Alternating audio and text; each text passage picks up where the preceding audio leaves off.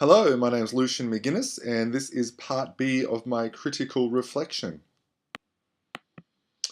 My recent practicum experience was in a public primary school located on the outer edges of the Brisbane metropolitan area in the northern suburbs. Situated in a mid-level socio-economic residential area, it caters for over 600 students, 6% being Indigenous and 11% from non-English speaking backgrounds. I was placed with a foundational level class, full of eager 4 and 5-year-olds in their first year of school. Like most children in the age bracket, their attention levels and behaviours wavered, but it was nothing that wasn't expected.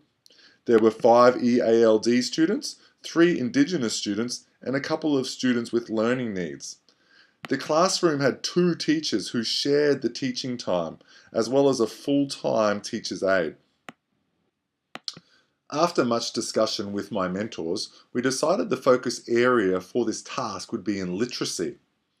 In particular, we would be looking at comprehension, with a focus on the skills of sequencing and retelling. The data-driven cycle begins with the collection of the data. However, due to the grade I was with, data seemed limited. I was able to source some data on literacy, but most of it seemed to be useless. Eventually, I found 2 pieces of relevant information, but both of these were quantitative in nature. I needed a third piece, something that was qualitative, but I didn't know where I was going to get that from. But before I knew it, the holidays rolled around. I needed to take advantage of the time, so I began collating and analysing the 2 bits of data that I did have. I tabled it into a single spreadsheet, allowing me to compare results and create links and identify consistencies or inconsistencies. I used this information to build a class profile, differentiating students' abilities and pinpointing individual needs. I felt like this data told me enough. However, I still needed that qualitative information just in case. I powered on with what I had and started the backwards planning process. The data I'd collected informed me of which students may need support and which students may need extension, as well as the skills that needed to be demonstrated.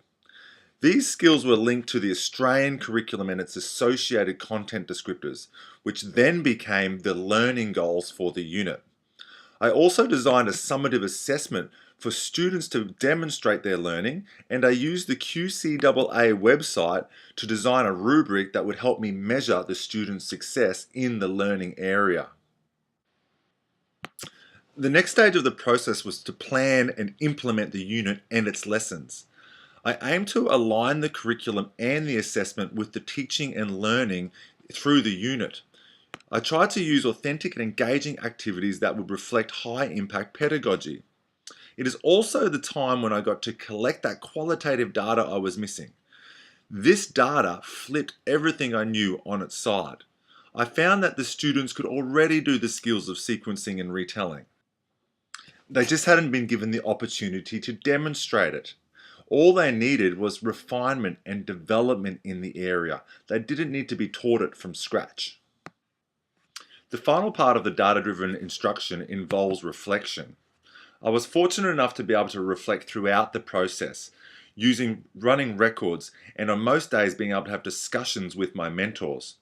Really though, the best time of my reflection came at the end, after the whole process was complete. I could look back and see what I did well, and also what I could do better. What I took from the data collection stage is that the data needs to measure exactly what I want to know. This was no better exemplified than the incomplete data I had at the beginning telling me one thing, and then the additional data I got telling me something else. If I had had these together the whole time, they would have complemented each other, but that didn't happen. This quote by Konzemius sums it up well. When data are well organized, relevant, and targeted towards specific analysis or purposes, teachers' professional learning from the data will be efficient and profound. Another thing I took is that not all teachers emphasize consistent data collection. I feel if I make this a focus of my future practice, it will give my instruction a distinct advantage. But to do this, I need to find ways I can efficiently collect and collate the data that is realistic to what is an already busy day-to-day job. When it comes to the analysis of the data, it is clear that I won't get the deep understanding I require without the correct data in place. Without this data, it may lead to me making assumptions. It's important that I flag potential assumptions, as this will improve my instruction and avoid unproductive patterns of interaction. The assumption I made early in my analysis about students not being able to perform the skill when in fact they were very capable led to inefficient instruction with valuable time in the classroom being wasted. If I had known then what I know now, I would have pinpointed the additional information I needed much sooner. Using the data I had collected, I created this class profile.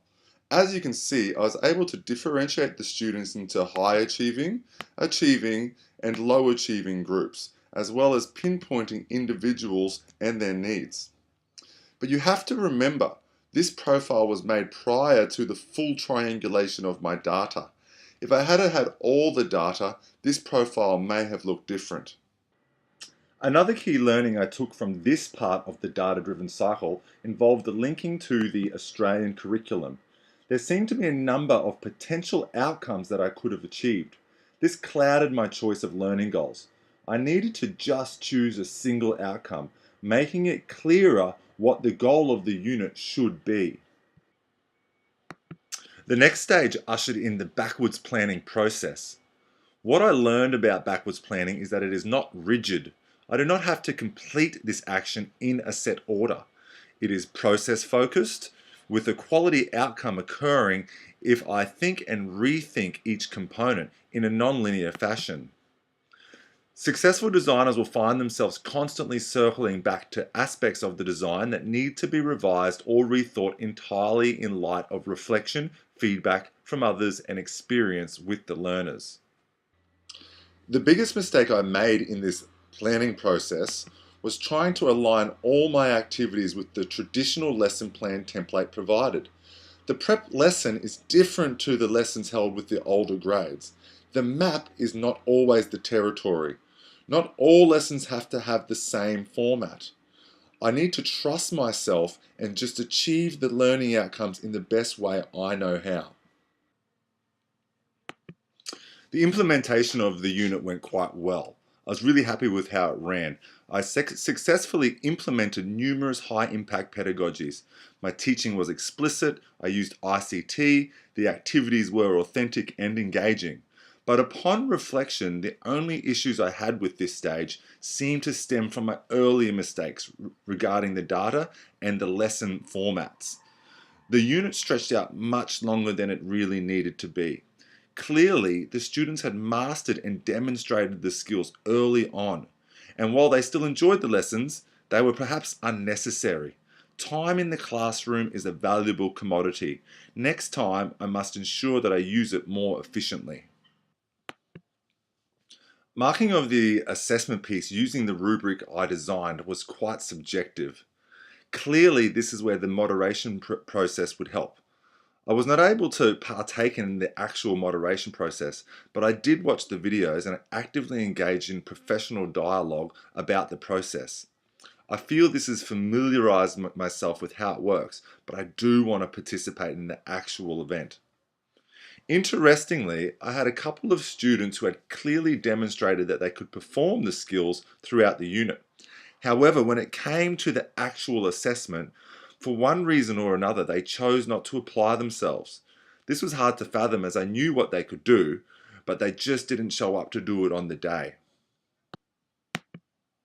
It is clear to me the importance of the data-driven cycle to the teaching profession. Understanding how and why it is implemented better prepares me for the needs of my students and the classroom. The data-driven cycle needs to be sewn into my regular practice. It is not something that can just be tagged on in the end.